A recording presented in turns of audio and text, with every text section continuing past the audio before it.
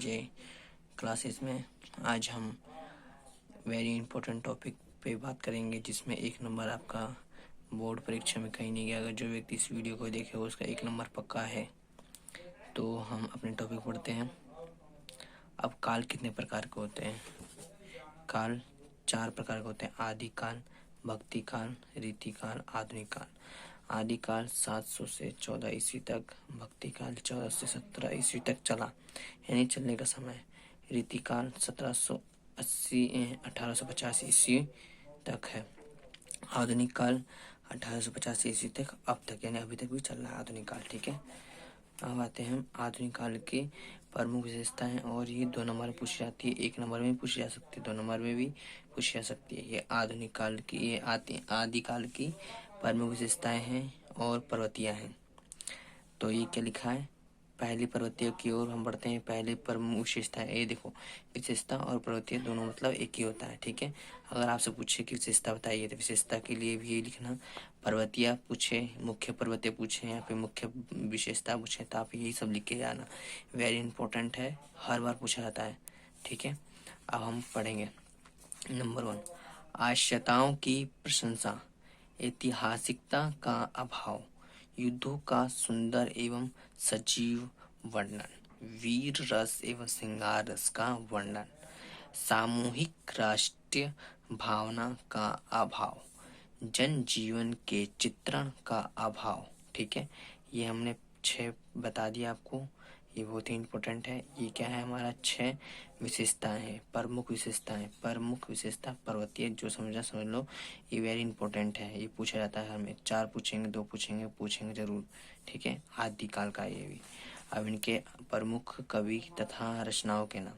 अब आदिकाल के प्रमुख कवि कौन से हैं, रचनाकार कौन? ठीक है, ये कवि हैं सारे, ये रचना है, जिसमें आपको 5 या 6 जरूर याद करना है। 5 याद कर लो या फिर 3 याद कर लो। पूछा जाता है 2 पूछे जाएंगे। ऐसे पूछेंगे कि प्रमुख कवियों तथा रचनाकार के नाम लिखिए, यानी आदिकाल के प्रमुख कवि, इनकी रचना लिखिए। ठीक है, तो हम ये लिख देंगे।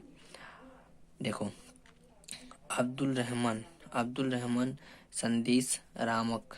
ठीक है, दलपति विजय जी का क्या है रचना? खुमान रासो, जगनिक परममाला रासो, नरपति नालाहा विषमदेव रासो, विसलव देव रासो। ठीक, विसल देव रास, जलहा कवि बुद्धि रासो, नलहा सिंह विजयपाल रासो, गुलाब कवि करिहा को रायोसो है ये। ठीक है, देखो, करहिया को रायासो। ठीक है, ये ज़्यादा बड़ा है, बट आप इसमें से जो शॉर्ट लगे या फिर जो अच्छा लगे, जो सरल लगे, आप उसको याद कर लीजिए। ठीक है, एक बार और। अब्दुल रहमान संदेश रामक। ठीक है, दलपति विजय, खुमान रासो, जगनिक परममाला रासो, नरपति नालाहा विशाल देव। ठीक है, रासो, जलह कवि बुद्धि रासो, नलह सिंह विजयपाल रासो, गुलाब कवि कराहिया को रायोसो। ठीक है, रायोसो है। ठीक है, रायोसो। अब हम कुछ नोट्स के बारे में बात कर लेते हैं, जो ये बहुत ही इंपॉर्टेंट है, हेडलाइन है। देखो, इस युग को यह नाम किसने दिया, यानी आदिकाल के युग को किसने नाम दिया?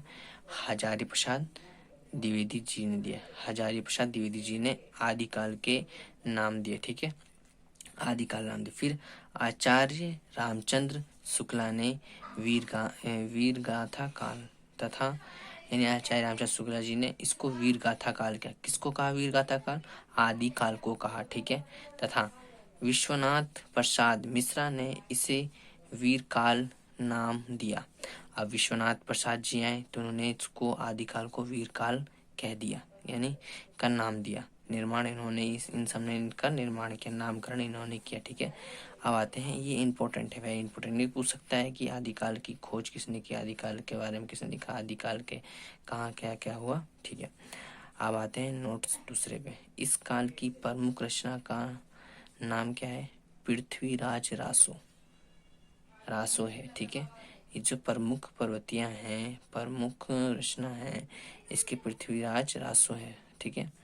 नोट, आदिकाल में कवियों ने अपनी रचनाओं में, जो आदिकाल में जो कवि थे अपनी रचनाओं में क्या क्या प्रयोग किया? दोहा, त्रोटक, तोमार, चौपाई, गाथा, सौरठा, रोला, कुंडली, छंदों का प्रयोग किया।